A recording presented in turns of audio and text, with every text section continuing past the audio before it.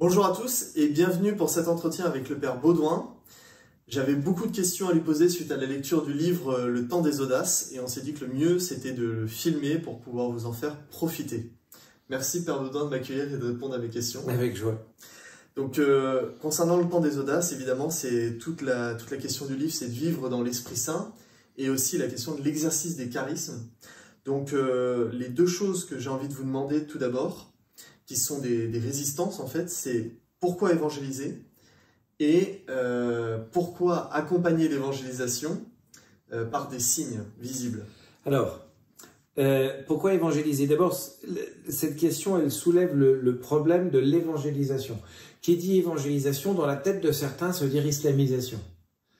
Il y a un côté violent, il y a un côté terrible, etc. Il y a toute une part de l'Église, quand on parle d'évangélisation ou de nouvelle évangélisation, qui voit soit du prosélytisme, tant mieux, hein, enfin c'est bien le prosélytisme, soit un retour à un obscurantisme passé comme ça, les croisades, soit qui voit une culpabilité par rapport au fait que ben voilà, il faut évangéliser, parce que comme si on n'avait pas évangélisé. Bon. Puis il y avoir un peu de honte aussi. C'est ça, donc quand tu as honte, tu expliques qu'en fait la question en face est illégitime. Donc pourquoi évangéliser? Si pour les chrétiens, évangéliser est un problème, c'est qu'il y a toutes ces questions qui sont là derrière. Alors dans le fond, pourquoi est-ce qu'il faut évangéliser? D'abord, parce que le Christ a envoyé les disciples en mission et les apôtres en disant « de toutes les nations, faites des disciples ». Il n'a pas dit « faites des gens qui ont des valeurs, qui sont sympas, qui sont sociodémocrates, de gauche, de droite ». De centre, de structure, faites des disciples, baptisez-les. C'est vraiment l'annonce du salut et cette annonce explicite. Et on sent que plus ça va, plus il y en a besoin. Pendant des siècles, on a eu moins besoin, peut-être moins en tout cas en France, mais là maintenant, l'évangélisation est quelque chose d'absolument nécessaire, d'absolument central. Et comme ça nous remet en cause, nous, notre passé, notre histoire, ou simplement qu'on ne sait pas faire, à ce moment-là, on est un peu flippé. Et on dit oui, mais en fait, c'est un machin pour les curés, c'est pour les spécialistes, moi, pas besoin. Oui, mais il y a toute la période aussi en ce moment avec les questions de pédophilie, toute la crise de l'Église, etc. Il y a aussi une réticence qui peut être légitime de la part des chrétiens. C'est pas qu'une réticence, c'est la honte. Chouma, comme ils disent les jeunes, je crois, c'est la honte pour nous de devoir sortir et dire bonjour, on veut vous annoncer le Christ, on est l'Église. Si vous voulez, aujourd'hui, les gens, en termes de croyance, ils n'ont pas de problème. Tu peux sortir, tu dis que toi, tu es membre de la religion du burger sacré, ils vont trouver ça génial. Jésus-Christ, mort, ressuscité, mais pourquoi pas? Mais le truc qui pardonne pas, c'est l'incohérence. Et là, les prêtres pédophiles, des abus, des machins, des trucs, tous les trucs qui sont sortis, le fait que, vous voyez, les gens qui vont à la messe le dimanche et qui à côté, souvent, c'est les gens disent ça. Ah mais ça nous est ressorti, resservi, etc. Bon, ceux qui disent ça sont les premiers à critiquer les gens qui dimanche critiquent, hein, vous voyez. Alors, ça peut être une excuse, mais c'est vrai que c'est difficile d'évangéliser. Mais si on évangélise par notre cohérence de vie, on est mal. N'empêche, il faut l'avoir, cette cohérence de vie.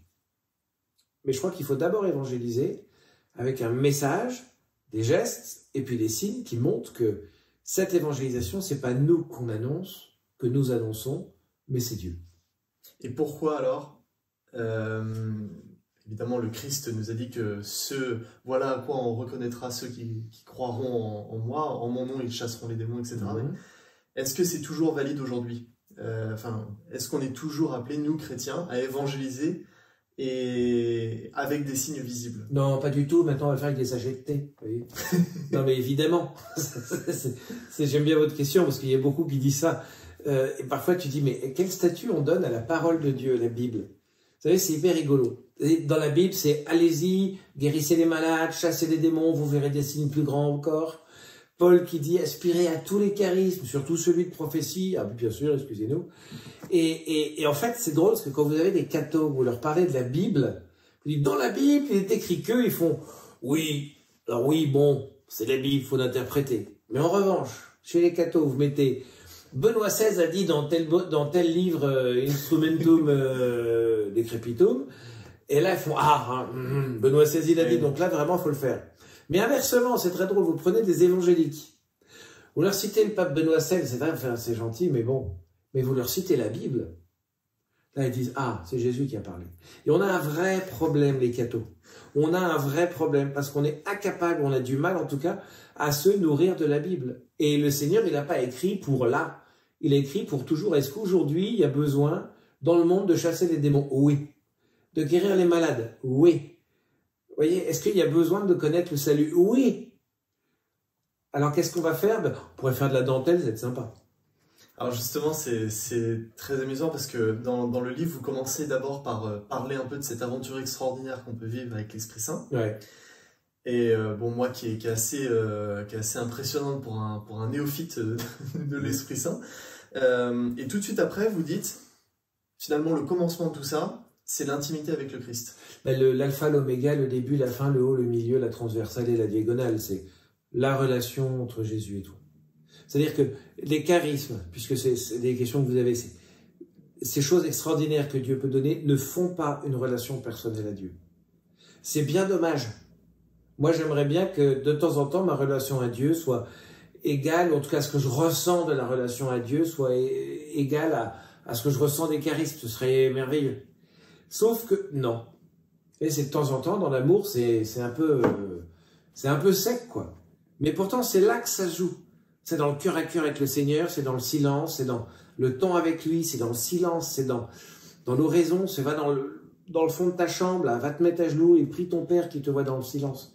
Ça, c'est l'essentiel. Vous voyez, je pense qu'il y a quelque chose avec les charismes de l'ordre du coup de foudre avec Dieu. L'action coup de foudre, c'est comme l'action coup de poing en vue du coup de foudre. Oui. Et une fois que c'est fait, pour ceux qui ont déjà été amoureux, c'est beau, c'est chaud, on s'aime, tu m'aimes, je t'aime, c'est déjà d'or. Et au bout d'un moment, il n'y a plus d'hormones. Et là, tu n'as plus que, il y a toi et moi, et entre les deux, on va faire quoi? Et c'est là que ça se joue, c'est là le cœur. Voyez, donc que Dieu vienne dans notre vie, dans l'Esprit Saint, nous faire vivre des choses, partager des choses, c'est génial. Et il faut le demander vraiment. Mais l'essentiel, c'est la qualité de la relation qu'on va vivre. Et je suis pas là en disant, en fait, comme moi, parce que la qualité de la relation avec Dieu, on est chacun un mauvais juge de la qualité. Mais comment on peut concrètement faire? Parce que souvent, l'acte de dire « je crois en Dieu » est relativement simple, on va dire. Ouais. Mais entre le « je crois en Dieu » et j'ai le désir de vivre avec lui, de passer du temps avec lui, d'être en intimité avec lui, là, il y a un espace qui est souvent difficile à passer. Oui, parce que ça donne envie à personne.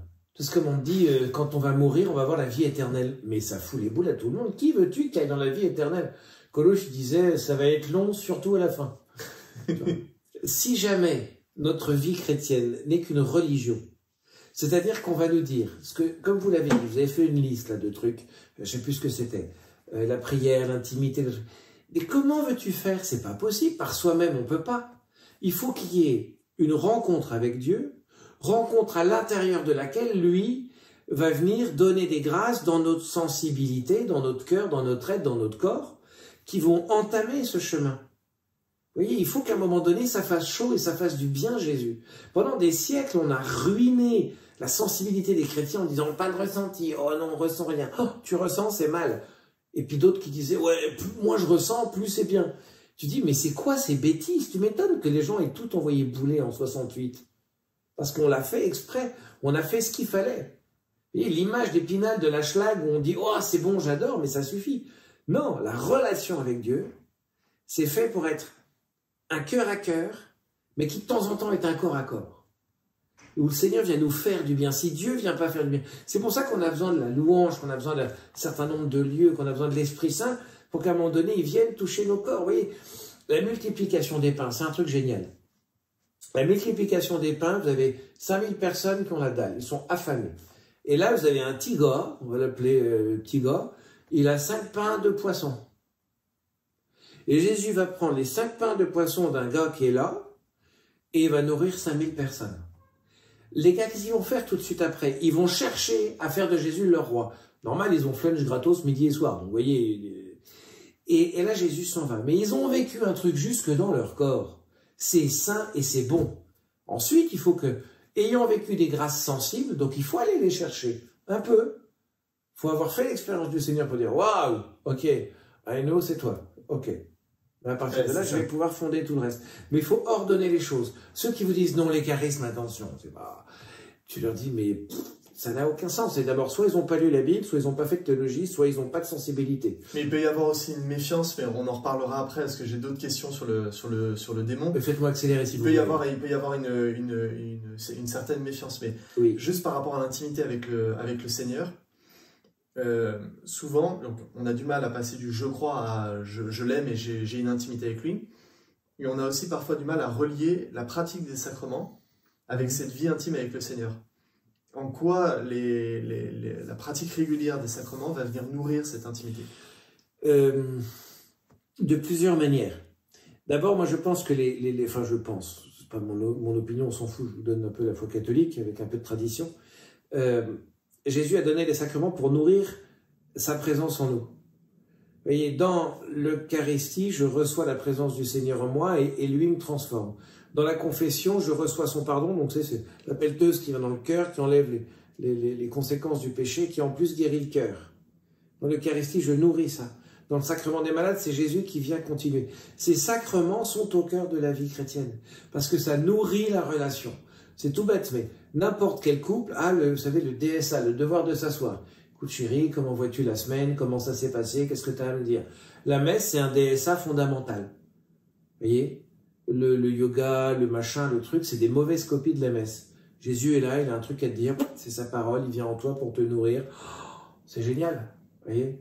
Les sacrements sont au cœur de la relation personnelle. Si tu vas au sacrement en disant, pourvu que le curé soit pas trop emmerdant et que ça aille vite, tu recevras rien. Hein. C'est comme si tu disais à ta chérie, oui, vas-y, raconte-moi tes vacances, j'adore. Ouais, ils l'ont fait comme ça à la messe.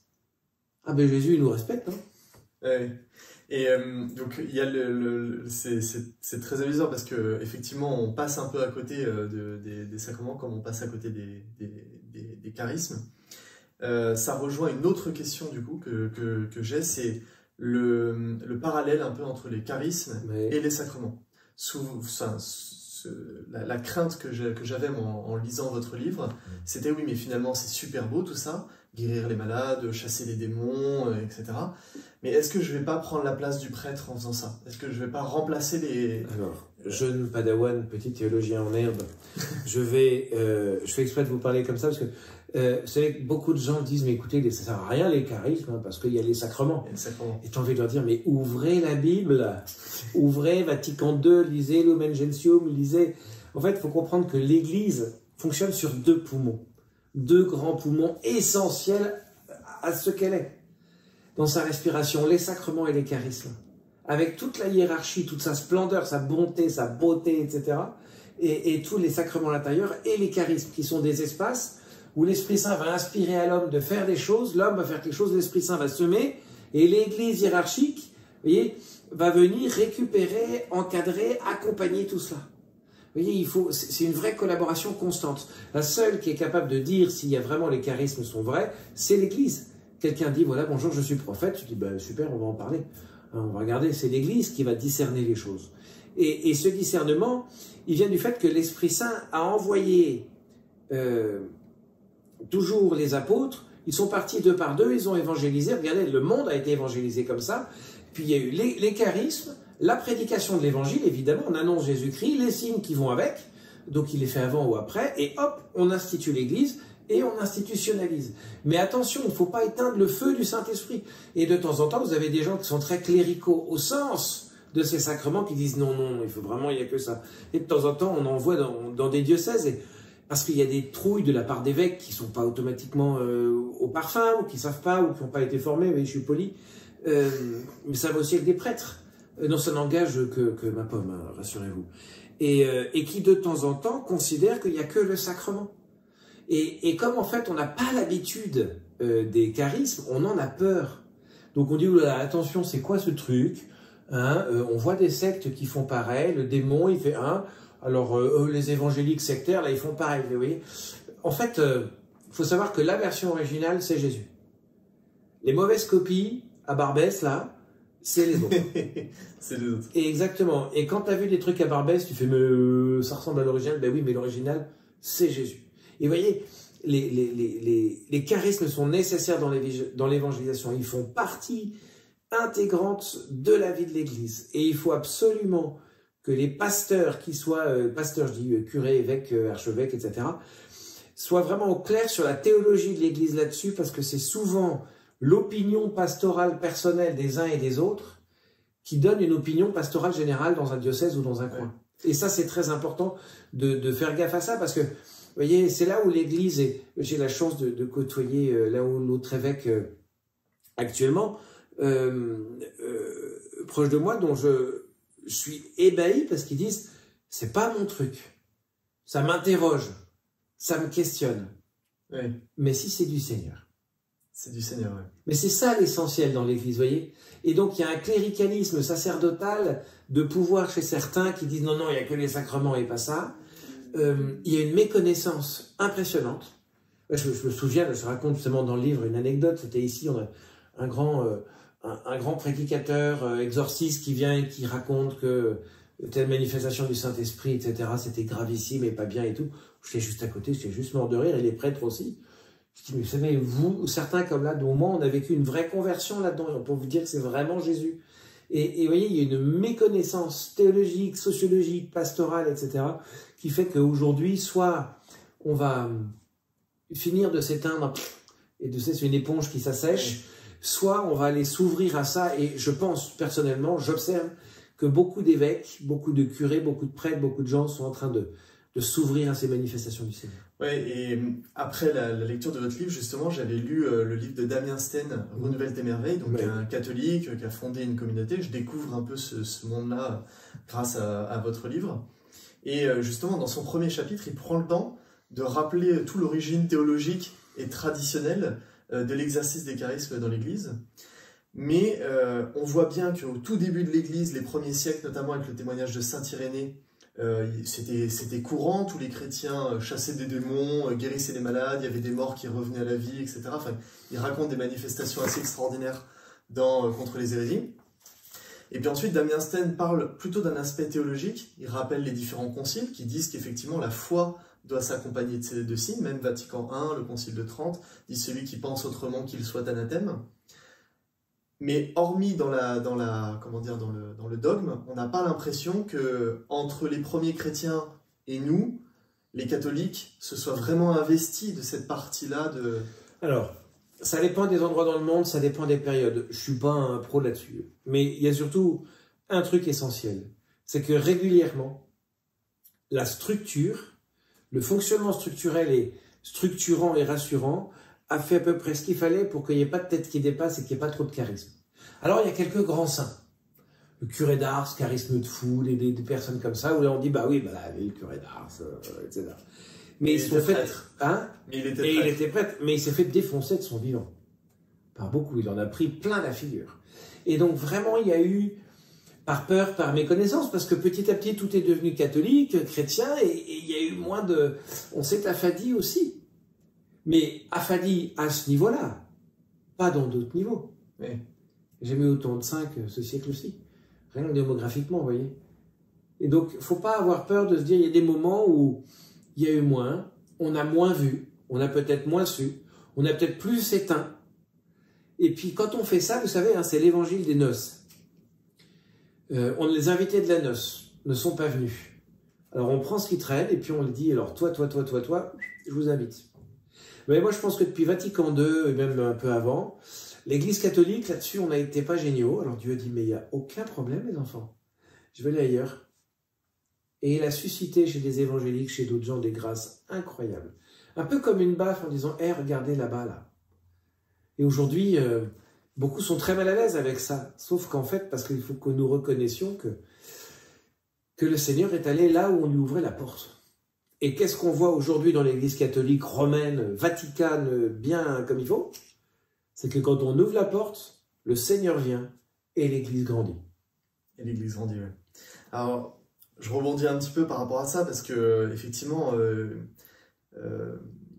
certains vous diront que ce qui se passe dans les églises évangéliques, c'est pas forcément de Dieu, que ça peut être des manifestations du démon.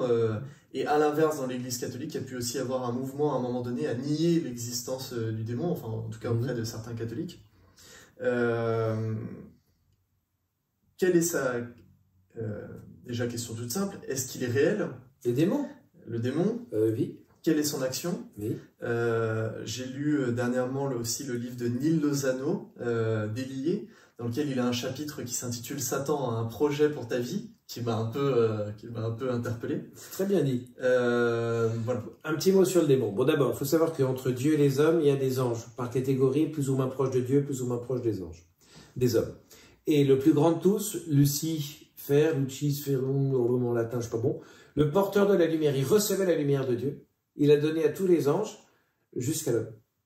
Et ce premier-là a dit non à Dieu. C'est le plus grand de tous les anges. Donc, il y a une chose, c'est peut-être la plus grande de toutes les créatures avant l'homme, mais ça reste une créature. Donc, stratégiquement parlant, il a perdu. C'est ça, tu veux parler du démon, commence d'abord par savoir que le gars, il a perdu dès le début. Il sait, c'est le fils de perdition. C'est le loser de base. Mais il est orgueilleux, il est puissant, il n'aime pas les hommes, il ne peut pas nous supporter parce que Dieu nous préfère aux anges. Alors qu'on a un corps, qu'on est bête, qu'on n'est pas intelligent, mais en plus de ça, nous, on peut donner la vie. Et même les brebis et les boucs peuvent donner la vie. Lui, il ne peut pas parce qu'il n'a pas de corps. Donc autant vous dire qu'il y a pour la création soit un immense amour de la part des anges, avec une vraie humilité, soit un immense orgueil sans amour du tout, et même avec une haine. Et le démon nous voue une haine totale. Et nier le démon... Individuellement. Ah oui, individuellement, communautairement, transversalement, intergénérationnellement, tout ce que vous voulez. Et le nier, c'est ne pas être catholique. Il faut être très clair. Le pape l'a redit. Oui, le pape François qu'on ne peut pas taxer de fascisme théologique, vous voyez. Non, mais c'est important. C'est de dire... Ça ne m'engage pas. Hein, ça ne m'engage pas. Ça ni moi non plus, vous voyez, c'est pour dire... Oui, quand le pape François dit « Chaque jour, on doit lutter contre le démon qui est une personne », nous vivons un vrai combat spirituel contre le démon, quoi. Et ne pas le dire, mais c'est la plus grande réussite du démon, c'est de faire croire qu'il n'est pas là. Alors, c'est deux réussites, de croire qu'il est partout et croire qu'il n'est pas là. Non, le démon, c'est comme les brouettes. Les brouettes, on ne leur parle pas, on les pousse. À sa place, sa juste place, et seulement sa place. Mais Jésus est vainqueur, l'Église a l'autorité sur le démon, et si on parle du démon, ça ne peut pas être autrement qu'il a perdu. Désolé. Mais nous, on va suivre Jésus et pas lui. Donc, vous voyez, non seulement le démon, il existe, et il y a plus de gens qui croient au démon sans problème et que le Jésus ressuscite. Oui, ça, c'est pas sûr. Je peux vous garantir que le démon, il existe vraiment. Je ne vous souhaite pas de le rencontrer. Et comment on peut discerner que ces signes visibles qu'on peut voir parmi des manifestations, le chant en langue, le repos dans l'esprit, des choses comme ça, ou des guérisons spectaculaires, comment être certain que c'est l'œuvre de Dieu et pas celle du mal? Alors, cette question elle a été posée, figurez-vous, en 1986 par le cardinal Suenens, qui a fait une étude qui aujourd'hui ne fait plus date. Mais en fait, ils sont allés étudier partout toutes les manifestations qu'il y avait dans le monde, dans plein de trucs, et ils avaient quelque chose, par exemple, qui s'appelait le falling down. Il y avait un truc, on se concentrait, les gens tombaient par terre. Ou bien il y avait des sortes de guérisons, des trucs de masse, et ils chantaient des trucs bizarres, etc., des aum, des trucs comme ça. Et là, on est dit, ah, attention, dans le renouveau charismatique, on voit du chant en langue, des trucs comme ça ressemble à ça. Donc, il faut s'en méfier. Bon, la théologie a un peu travaillé la question. Pour arriver et dire, en fait, tout ça, c'est la copie de la version originelle, ce dont je vous parlais tout à l'heure. Et donc, il faut savoir que une visitation du Saint-Esprit, dans la sensibilité, dans le corps, ben c'est normal. Cela est juste et bon. Si on a Jésus qui vient dans son corps, dans mon corps, en quoi la visitation du Saint-Esprit jusque dans mon corps et ma sensibilité poserait un problème? Expliquez-le-moi. C'est pas possible. Le fait qu'on prie en langue, c'est pas nous, c'est la Bible qui nous dit faut prier en langue. Et puis, qu'est-ce que ça veut dire prier en langue? I can pray in English, mais c'est pas la question. Vous voyez, c'est pas tu vas prier dans une autre langue, comment tu fais? Non. Dans toute la tradition, on a appris que la prière en langue, c'est une prière où en fait on s'adressait au Seigneur avec la glossolalie, on appelle ça, où on s'adresse à lui avec des mots qui veulent rien dire, mais c'est des choses qui sortent de la bouche, qu'on choisit de dire. Mais c'est pour dire, je vais pas faire une phrase, je te signale, sujet, verbe, complément. Seigneur, dans un premier temps, j'aimerais te dire et te demander d'abord la grâce de pouvoir prier avec toi. Oui, c'est Jésus, il est déjà endormi là, à ce moment-là. C'est en dormant ce qu'on dit. Mais de temps en temps, il dit, tu voudrais bien éteindre ton cerveau et juste avec ton cœur, prier, chanter, danser, dessiner. C'est un gamin qui fait un dessin à sa maman qui fait la boîte à camembert avec les boîtes de nouilles, là. Ouais. Regarde, c'est ma maman. Le chant en langue, c'est ça. Et en fait, c'est un dialogue qu'il y a avec Dieu et avec ses anges. Je vous disais tout à l'heure, il y a la lumière qui vient de Dieu par les anges jusqu'à l'homme, mais le chant en langue fait traverser ça. C'est pour ça que souvent, il y a des questions, auxquelles il y a des réponses, et c'est le lieu où germe le charisme prophétique. Et comment savoir que c'est réel? Parce que souvent quand on parle de chant en langue, notamment auprès de cathos un peu tradis, non mais le chant en langue, c'est pas un truc... Mais oui, mais parce que c'est ridicule. Je vais prier en langue quelques instants. Vous croyez qu'il y a un machin qui vient de me tomber dessus? C'est moi qui ai dit avec mon cerveau, je vais dire n'importe quoi. Je vais dire ce qui sort comme son, comme truc, mais en exprimant quelque chose. Mais à travers ça. C'est pas à travers sujet, verbe, complément. Je prie pour les gens qui regardent cette vidéo. Et j'ai l'air totalement cruche. Écoutez, si on a un problème avec ça, ben, le Seigneur aura du mal à nous utiliser. Vous voyez? On n'a pas mis une pièce dans un jukebox et jingle bells, ça c'est pas ça. C'est vraiment, moi je choisis de prier librement. Le charisme de la prière en langue est un charisme où Dieu va agir à travers quelque chose que humainement nous aurons lancé. Vous voyez, il y a une image d'Épinal qui croit que le charisme, en fait, c'est... vous n'avez pas connu XOR, vous êtes trop jeune, mais c'est le shérif de l'espace. Ouais. Quand j'étais gamin, on regardait, c'est les premiers mangas, etc. Et en fait, le gars, il a des super pouvoirs, il fait tatin comme ça, et tout à coup, il y a la tenue d'XOR qui arrive. Et donc, il va combattre le lézard maudit. Et nous, dans l'image d'Épinal, on pense que c'est la même chose. C'est-à-dire qu'à un moment donné, tu as quelqu'un qui est en train de lévitation à mettre du sol, et là, tu as un petit nuage qui arrive et qui déverse des paillettes, et là, on se met à chanter n'importe quoi, et c'est prophétique. Mais c'est n'importe quoi. Tu sais, c'est les imaginaires qu'on a. Le charisme, c'est pas Dieu qui prend possession de quelqu'un, ça c'est le démon qui fait ça. Le charisme, c'est la personne qui dit, Seigneur, je vais te demander de venir prier en moi, malgré les mots qui vont être les miens. Je veux qu'ils ne disent rien, mais qu'ils expriment ce qu'il y a dans mon cœur. Seigneur, éteins un peu mon cerveau. Que ce soit pas seulement ma conscience, ma pensée, mais vraiment mon cœur qui te dise quelque chose. Et là, on se met à prier. Et tu veux le prier à travers une note, un chant. Vous avez des artistes qui disent, mais si vous saviez à quel point c'est ma prière, mais ils peignent en langue, et il y a quelque chose comme ça. Et le Seigneur vient vraiment.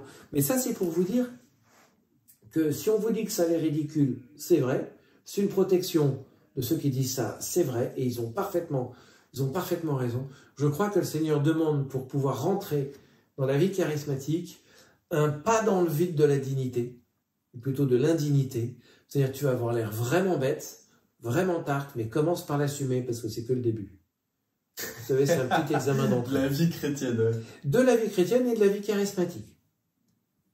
Parce que le Seigneur peut demander, parfois, si tu deviens charismatique et missionnaire, il peut dire, tu vas aller là-bas, 3e rue. Non, j'ai dit 3e. Là, tu sonnes à la porte de la dame. Là, vas-y. C'est arrivé ici, à 2 rues d'ici. C'était le mardi gras. Quelqu'un rentre de ses courses. Il a fait son gros plein dans sa bagnole. Et il dit, Seigneur, j'aimerais être utile aujourd'hui. Je fais que des courses, du pognon, des machins, des crêpes et tout. Il dit, Seigneur, qu'est-ce que tu fais? Et puis, cette personne a dans sa tête, tout à coup, une image et se voit en train de sonner quelque part et de donner un litre de lait à quelqu'un qui en a besoin. C'est bizarre, cette histoire, quand même. Il dit, allez, on s'en fout, on y va. Seigneur, si c'est toi, au pire, j'aurais l'air cruche, quoi.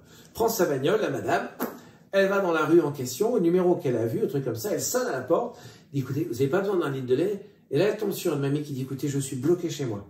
Je vais m'occuper des enfants, ils viennent pour des crêpes, je ne peux pas bouger, j'ai mon mari qui est malade, j'ai la tortue qui est à faune, enfin, tu vois, j'en sais rien.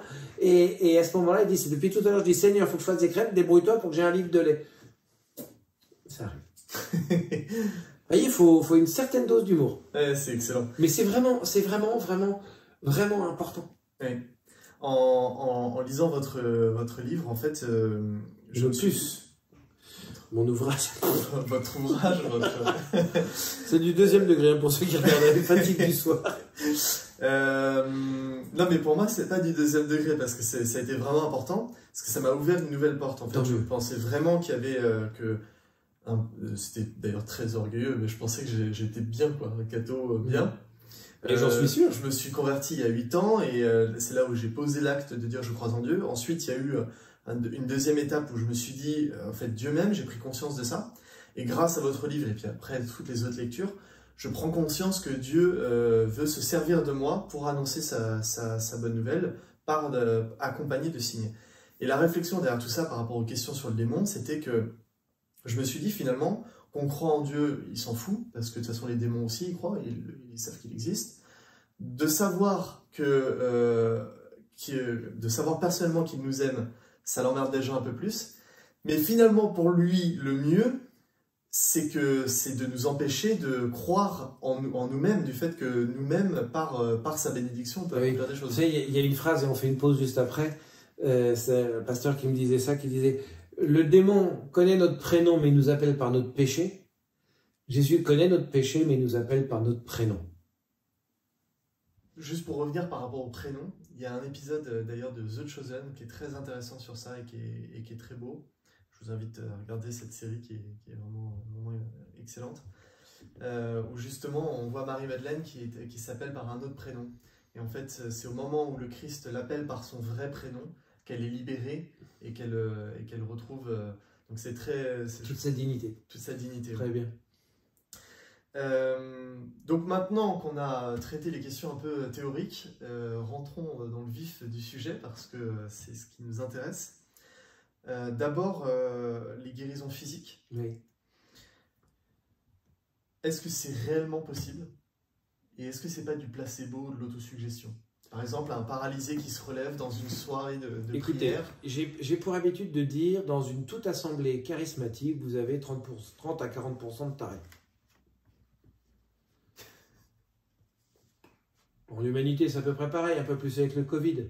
Donc c'est l'humanité telle qu'elle vient qui est là. Vous avez des gens, vous avez à peine dit Jésus, ah, je suis guéri de mon cancer. Elle n'avait pas de cancer, la bonne dame, mais ça lui a fait du bien, youpi.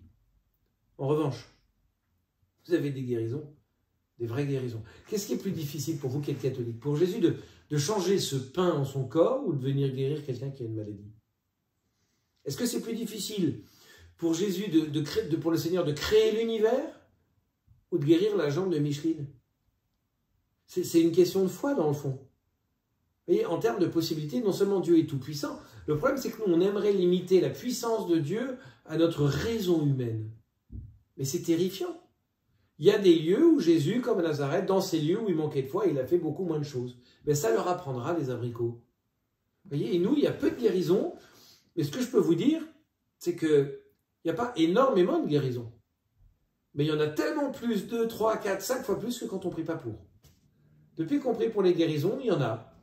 Et vous avez des gens qui viennent avec la foi que la guérison, Jésus leur donne. Le prêtre, la personne qui a le charisme et tout, c'est Dieu qui donne, hein, ce n'est pas la personne qui a plus de pouvoir magique que le suivant.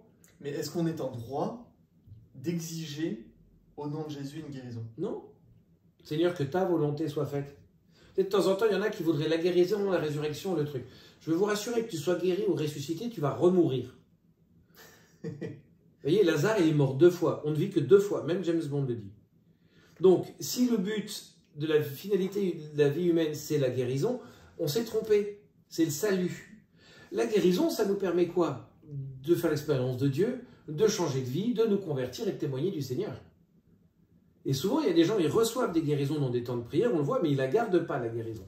La guérison s'estompe, s'en va. Et la maladie revient. Il y a des gens, ils retrouvent la vue.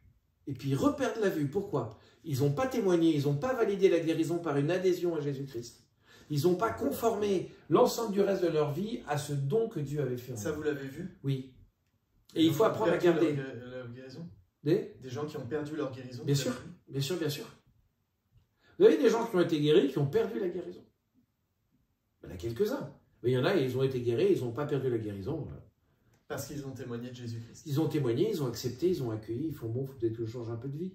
Donc quand le Christ permet une guérison, c'est dans l'optique seule d'annoncer sa bonne nouvelle. C'est les signes que Dieu aime ses enfants, le Père aime ses enfants, il veut leur donner des signes de cet amour. Il crève, il a envie de faire que ça. Enfin, c'est nous, on est des petits joueurs, on fait des petites veillées, on fait une petite veillée, une petite démarche, une petite prière, une petite bougie, un petit papier. Mais on est des mini-petits, on est petits.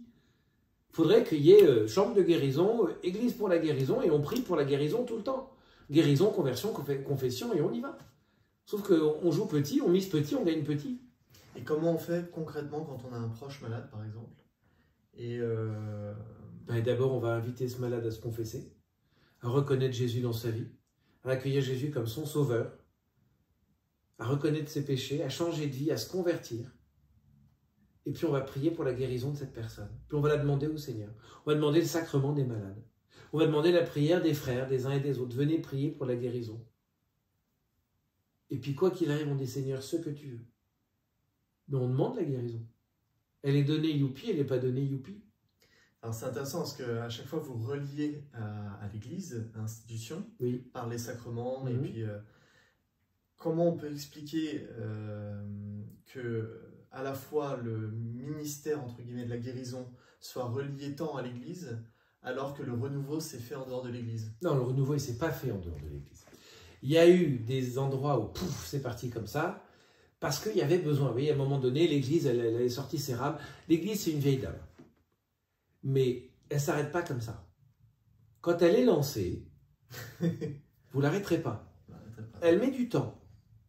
Et il y a des moments, il y a eu des urgences, alors l'Esprit Saint, il a fait jaillir comme ça. Et il a créé des églises, il a permis aux hommes de structurer comme ils ont pu, etc. Vous voyez, l'Église, c'est pas l'Église qui n'a pas accueilli l'Esprit Saint, c'est l'Église, elle est conduite par l'Esprit Saint. C'est vraiment important de voir ça. Mais la vie charismatique, il faut que les choses... Il faut du temps pour que ça se fasse.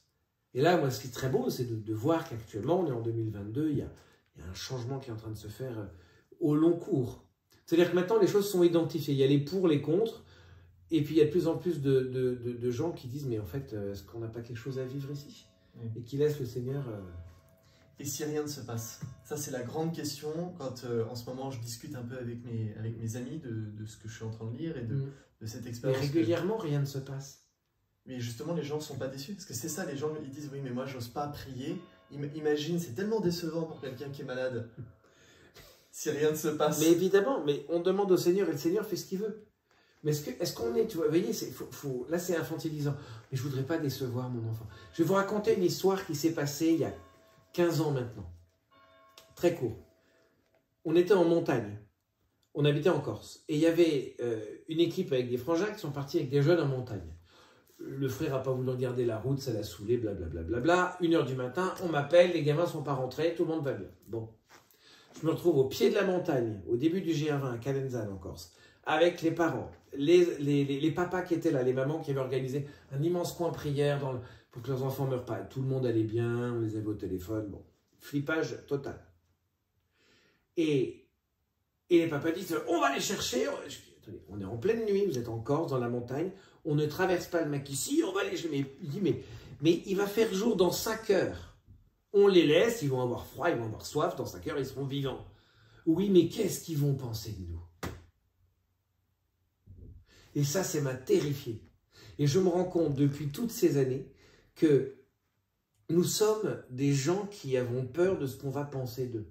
Dieu n'a pas peur de ce qu'on va penser de lui. Si Dieu ne me guérit pas et que je suis déçu de Dieu, c'est mon problème.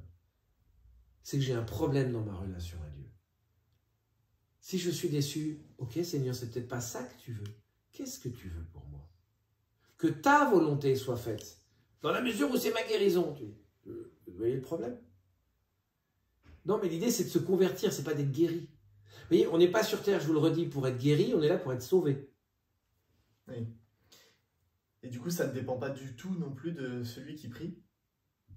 Ça peut dépendre aussi, si, bien sûr. Vous avez des gens qui ont des charismes, d'autres qui l'ont pas, des gens qui... Si, ça peut dépendre de tout le monde, mais c'est pas magique. Ce qu'on peut se dire aussi, c'est pourquoi le Seigneur passerait par moi, et puis finalement, c'est uniquement sa volonté. Mais... Oui, c'est pas parce que c'est la volonté de Dieu qu'on ne doit pas y coopérer. C'est un acte d'intelligence et de volonté. Seigneur, j'ai envie de coopérer, et puis c'est cool de prier pour les gens et qu'ils soient guéris. Je peux vous dire, ça, tu sors, tu fais, moi Jésus, t'es passé par moi, c'est vachement bien. Ça m'a fait du bien. Donc, faut pas être des gens qui sont, non, moi je suis pur esprit, je ne veux pas être utilisé par le... C'est n'importe quoi. Aspirez au charisme, comme dit saint Paul, et puis demandez-les au Seigneur. Faut y aller, il vous donnera pas. Mais il y en a qui va donner un charisme incroyable de je ne sais quoi de guérison, l'autre qui va donner un charisme de patience avec les SDF, ou les malades, ou les trucs. C'est des charismes aussi extraordinaires qui frôlent le miracle régulièrement, mais plus ou moins visibles, mais qui sont des vrais charismes. Alors, on passe à... Enfin, j'ai des questions aussi sur les guérisons intérieures, qui sont peut-être plus nombreuses, j'imagine, dans les soirées de... Alors, c'est pas ça. Ça, vous venez de donner, vous savez, c'est quand il n'y a pas de guérison extérieure, on dit, c'est sûr, le Seigneur a donné beaucoup de choses à l'intérieur. Ça, c'est évident, vous voyez. Ça, c'est le truc des tailleurs de flûte. Super, hein. C'est évident que le Seigneur fait des choses à l'intérieur. Mais parfois, on veut être tellement intérieur que tu fais, là, c'est même plus du... Vous savez, on est passé du steak frites au vegan, non, que s'appelle au bio, puis après ça, au vegan, et là, spirituellement, il n'y a plus rien, quoi. C'est ce qui compte, c'est... Voilà, on a la salade spirituelle. Désolé, hein. Non, mais quand je parle de guérison intérieure, c'est pas juste le réconfort, c'est vraiment guérir de maladies psychiques, psychologiques, des choses comme ça. Ah, ça, c'est autre chose. En lisant toujours Neil Lozano, donc son livre Délié, il dit, d'après son expérience, après avoir accompagné pendant 30 ans beaucoup de gens, que c'est le non-pardon qui provoque pratiquement la totalité des troubles intérieurs. Quel est votre je suis d'accord avec lui, j'ai pas creusé la question autant que lui, mais vraiment c'est une référence, Neil Lozano. Il y en a qui sont pas d'accord avec la manière de faire, de penser, etc. Mais il y a une vraie diversité et d'approche. Mais cette approche me semble vraiment juste. Le pardon, c'est la chose la plus difficile parce que quand on est blessé, il faut réussir à pardonner. Or, on a besoin de la grâce de Dieu pour pardonner. Donc le pardon est tout un chemin. Et vraiment, le pardon, qui n'est pas donné, est une porte ouverte que le démon utilise constamment. Et puis, vous voyez, quand on est blessé, on ressent des choses. Et nous, les cathos, comme on nous a dit, non, on pleure pas, on pleure machin, pas votre génération, mais la génération d'avant, fallait pas pleurer, fallait pas être comme ci, fallait pas être comme ça, fallait pas exprimer. Mais en fait, tout ce qui ne s'exprime pas s'imprime à l'intérieur.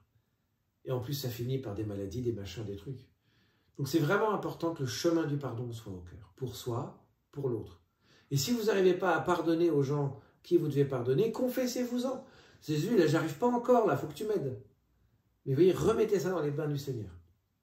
D'accord. Et il insiste ensuite sur une deuxième chose qui m'avait marqué, et j'aimerais bien avoir votre avis de prêtre sur ça. Donc après avoir évoqué la question du non-pardon, il évoque l'importance de proclamer ce qui nous enchaîne à voix haute et pratiquement de les personnifier. L'orgueil, la luxure, la pornographie, des choses comme ça. Il dit qu'il faut vraiment les nommer comme esprit, quoi, esprit de luxure, esprit d'orgueil, etc. Et de les rejeter. Est-ce que vraiment il y a une importance? C'est vital. C'est vital. Je rejette l'esprit de, je rejette telle pratique, je rejette tel mal. Nommer le mal, c'est lui donner d'exister. C'est-à-dire, oui, c'est le faire manifester. Je te rejette, esprit de. Et ça, c'est important. Tu es voleur, je te rejette, esprit de vol. Esprit de mensonge, je te rejette. Et comment on peut faire avec, concrètement, pour moi et puis pour ceux qui nous regardent, comment on peut faire pour détecter en nous un petit peu ce qui nous empêche de nous laisser pleinement aimer par Dieu et d'aimer pleinement Dieu, librement comme ça. Alors, il y a plusieurs solutions. D'abord, une des solutions, c'est regarder votre péché, ce que vous confessez régulièrement, puisque évidemment, vous confessez régulièrement, sinon vous sortez de ce lieu immédiatement. Évidemment. Non, mais au-delà de la plaisanterie, peuvent voir quand même qu'il y a, ce qu'il faut bien ici. Bien sûr, ici, on se confesse. Notre péché, il faut regarder ça. Et puis quand ça n'avance pas, se faire accompagner aussi de temps en temps, un discernement par un prêtre, une religieuse, un religieux, des gens, et en tout cas s'ouvrir, ne pas être seul. Et dans cet accompagnement, porté par la prière, Seigneur, montre-moi les lieux où il faut que je travaille, montre-moi, Esprit Saint, les lieux où je dois avancer, où il doit y avoir ces verbalisations qui doivent être faites. Donc, concrètement, pardon, je dis toujours ce mot, concrètement, je l'ai dit 100 fois depuis le début de la vidéo, mais c'est parce que c'est important qu'on soit concret. Comment on peut prier pour nous-mêmes pour ça? La première prière, je vous le dis, c'est Seigneur, viens me montrer ce qui doit changer en moi, les lieux où tu veux que je change. Ça, c'est concret. Puis quand vous voyez les choses, parce que vous avez demandé de l'aide, etc., bien à ce moment-là, avec ces personnes, vous dites, dans le nom de Jésus, aujourd'hui, je rejette tel truc et je me consacre au Seigneur. Je rejette, etc. Et vraiment, vous pouvez prendre la formule... les formules sacramentelles ou les formules de bon sens. Oui. Et pour une personne, par exemple, si j'ai un ami qui me demande, qui n'est pas forcément proche de l'église, qui ne sait pas trop comment faire, et que je lui propose de prier pour lui face à une situation, est-ce que je peux le faire déjà?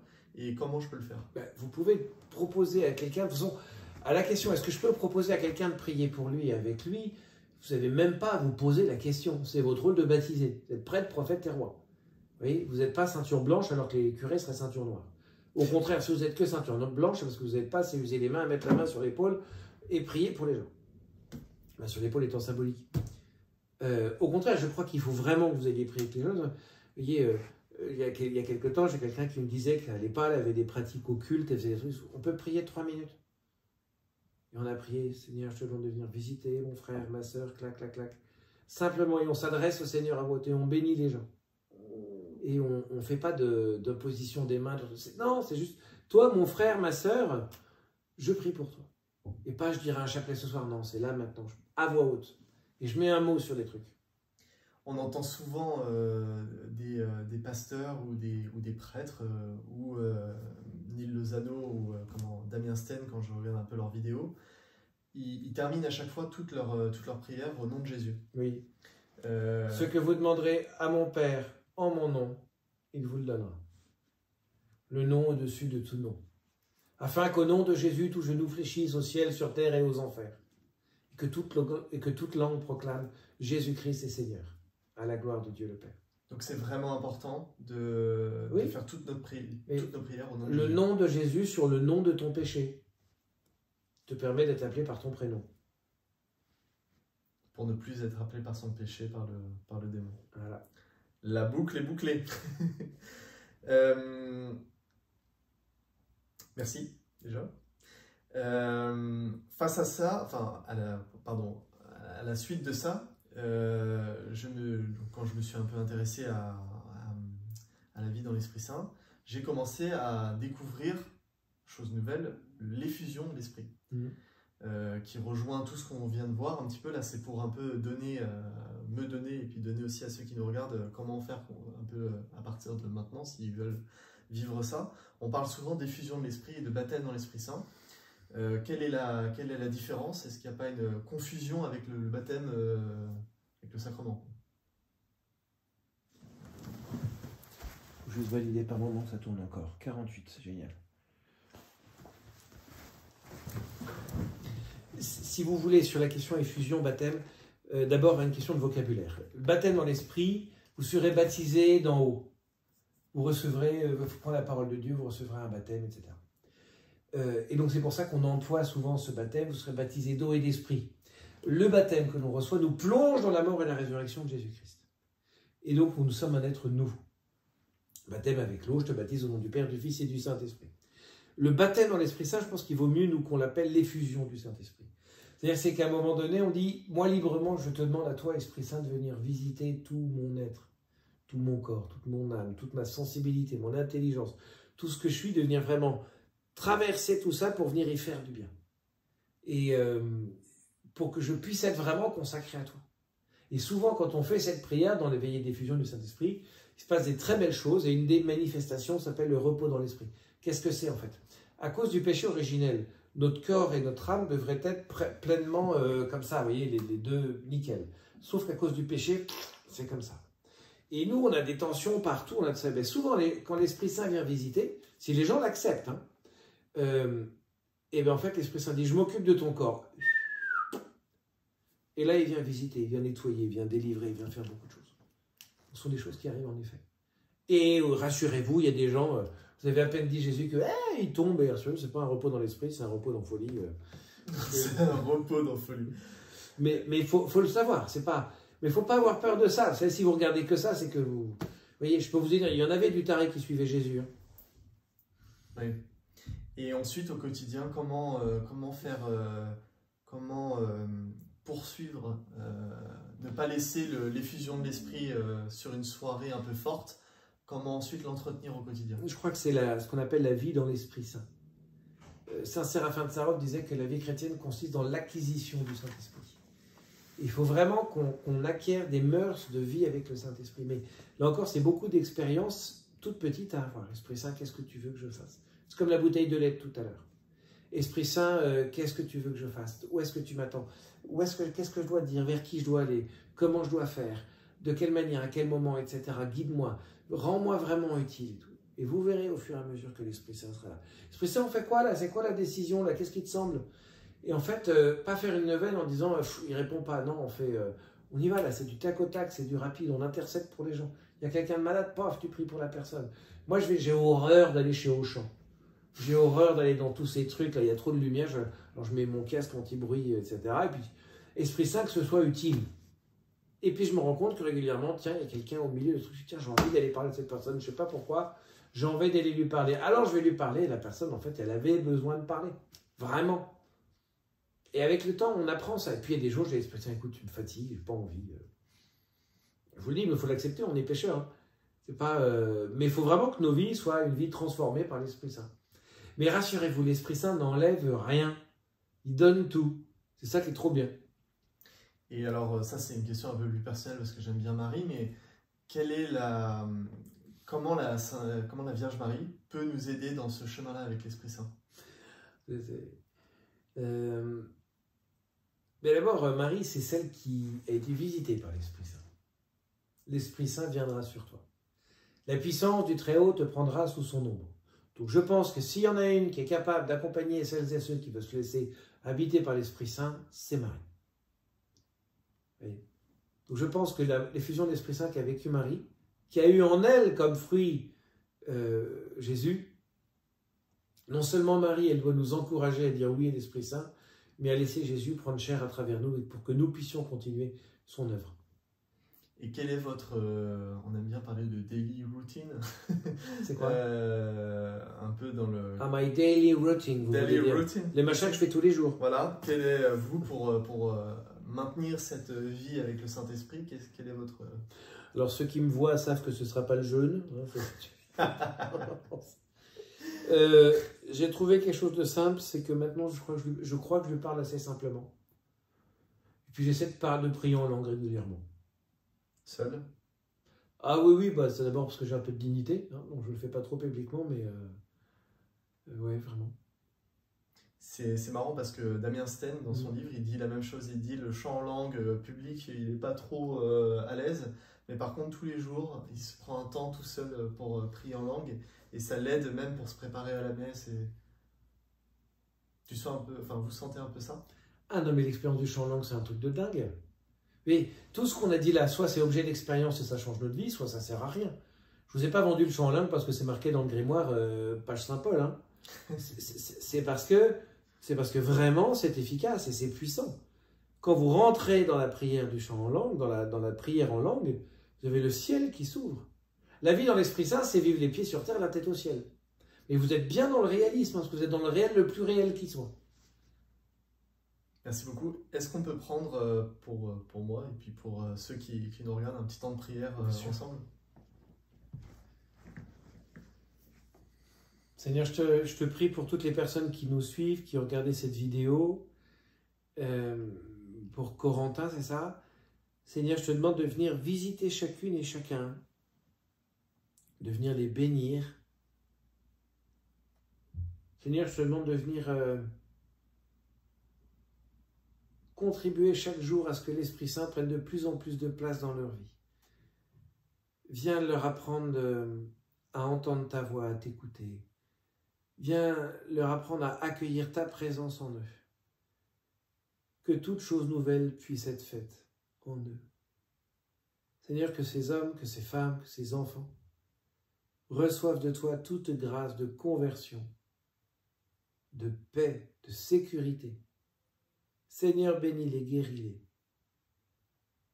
Seigneur, je te demande pour ceux qui ont du mal avec la question des charismes, je te demande de venir les bénir puissamment et de venir leur ouvrir l'esprit et le cœur, l'intelligence, à l'intelligence des Écritures. Viens délivrer les personnes qui nous regardent de tout mal. Dans le nom de Jésus, que tout démon qui vous assaille soit chassé loin de vous, ni par force, ni par puissance, mais par le nom du Seigneur Jésus. Amen. Amen. Merci beaucoup, Bernardin. Avec joie.